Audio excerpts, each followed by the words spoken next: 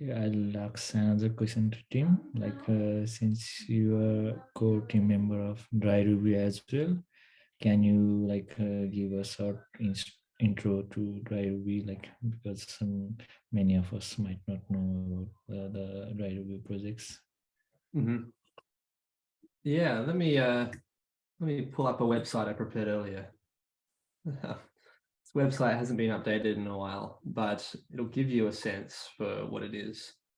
So DryRB, this is the project that I sort of helped create after I had my epiphany about how to write a different flavor of Ruby, and I found a community of people who also felt and thought the same way.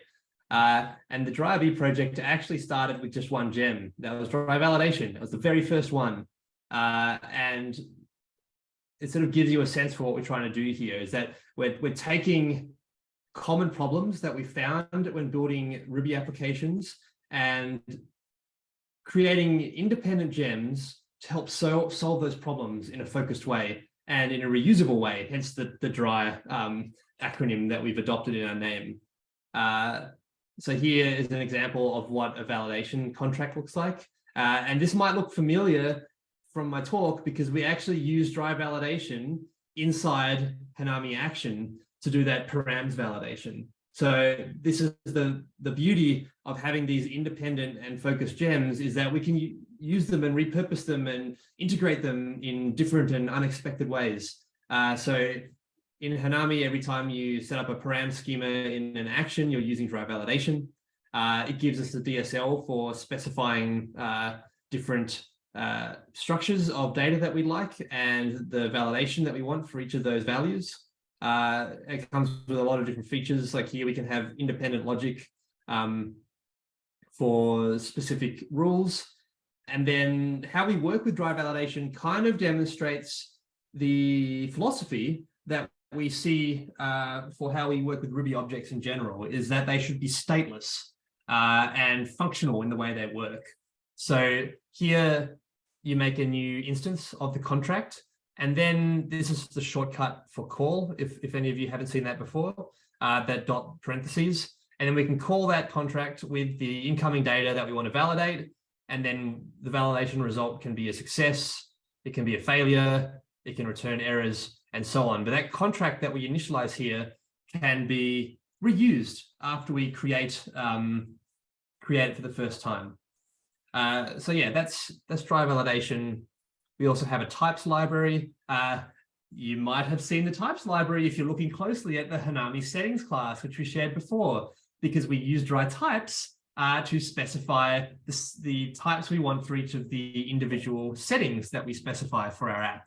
And what this does is it gives us a collection of different types and type constraints that can help us describe a type that we want, and then verify that a single value being passed to that type object is actually conformant. So here, this is just a greeting is a string type that must be one of these two values.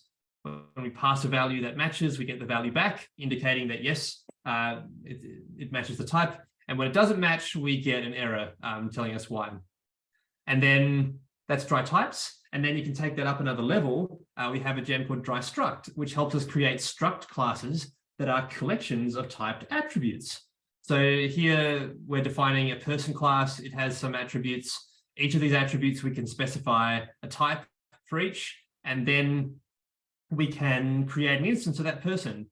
And if we pass valid data, we get the instance back. If we pass invalid data, that cannot be initialized. So this means that if we're working inside an app that uses dry structs, every time we get a person instance, we know that it's valid, which is a really powerful piece of knowledge. If you compare it to like the active record world, where you might have an instance that maybe it's valid, maybe it's not. You've got to check every time. But this represents a person has a concrete shape, and will always have the data we expect. Now, when you use Hanami in the future, which I hope some of you will try, and once we've released our database persistence section, whenever you get a record back from the database, under the hood, it is actually a dry struct. So we create struct classes for every entity or struct or whatever that we query the database for. So again, when we get an instance of those records that we query from the database, we know exactly the shape they're going to have. So those are sort of like the pillars of the Dry-RB ecosystem. Dry System is a fairly advanced kind of application management library.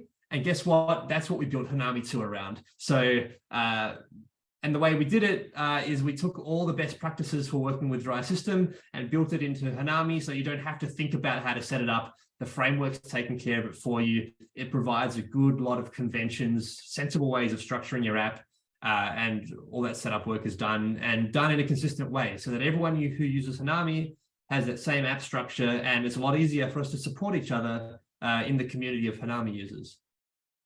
Dry Monads, that's not built into Hanami, but Dry Monads is really cool.